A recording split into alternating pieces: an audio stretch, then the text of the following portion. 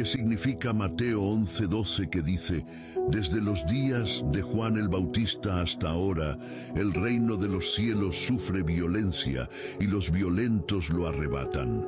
La afirmación de Jesús de que el reino de Dios sufre violencia se encuentra en el contexto de su reconocimiento a Juan el Bautista. Al principio, este versículo resulta desconcertante. ¿Cómo puede sufrir el reino de Dios? ¿Y qué tienen que ver con él los violentos? Una regla básica de la hermenéutica es que el contexto es el rey.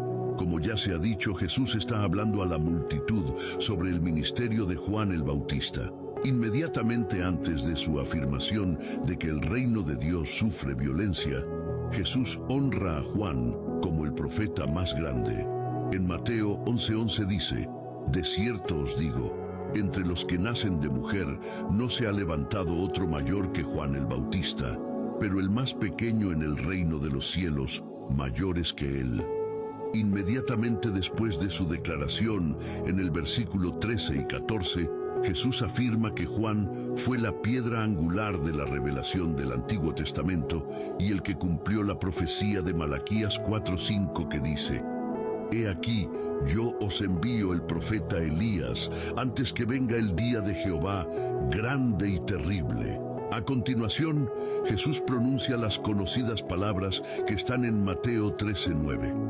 El que tiene oídos para oír, oiga. Palabras que sugieren que ha estado hablando en parábola o en sentido figurado. Otra regla de la hermenéutica consiste en comparar la Escritura con la Escritura. Una cosa que había caracterizado el ministerio de Juan el Bautista era el gran número de personas que acudían a oírle. Juan el Bautista apareció en el desierto predicando el bautismo de arrepentimiento para el perdón de pecados. Acudía a él toda la región de Judea y toda la gente de Jerusalén, y confesando sus pecados, eran bautizados por él en el río Jordán, como lo describe Marcos 1:4-5. Esta multitud era tan leal como diversa. Entre los que respondieron al mensaje de Juan sobre la venida del Mesías, había personas que algunos pensaban que nunca se arrepentirían, incluidos recaudadores de impuestos y prostitutas y soldados romanos. Mateo 21:31-32 dice: ¿Cuál de los dos hizo la voluntad de su padre? Dijeron ellos: el primero. Jesús les dijo: de cierto os digo que los publicanos y las rameras van delante de vosotros al reino de Dios. Porque vino a vosotros Juan en camino de justicia y no le creísteis, pero los publicanos y las rameras le creyeron, y vosotros, viendo esto, no os arrepentisteis después para creerle. Esta multitud creía que Juan era un verdadero profeta de Dios y eran inflexibles al respecto. Mateo 14:15 dice: y Herodes quería matarle, pero temía al pueblo, porque tenían a Juan por profeta. Las apremiantes multitudes que habían seguido a Juan continuaron siguiendo el ministerio de Jesús. Lucas 5:15 dice: pero su fama se extendía más y más, y se reunía mucha gente para oírle, y para que les sanase de sus enfermedades. Y en el capítulo 12, versículo 1 dice: en esto, juntándose por millares la multitud, tanto que unos a otros se atropellaban, comenzó a decir a sus discípulos: primeramente, guardaos de la levadura de los fariseos, que es la hipocresía. Esta es la clave para comprender la afirmación de Jesús de que el reino de Dios sufre violencia. Al señalar a las enormes multitudes que seguían a Juan y que ahora le seguían a él, Jesús las compara con un ejército invasor que rodea una ciudad para capturarla.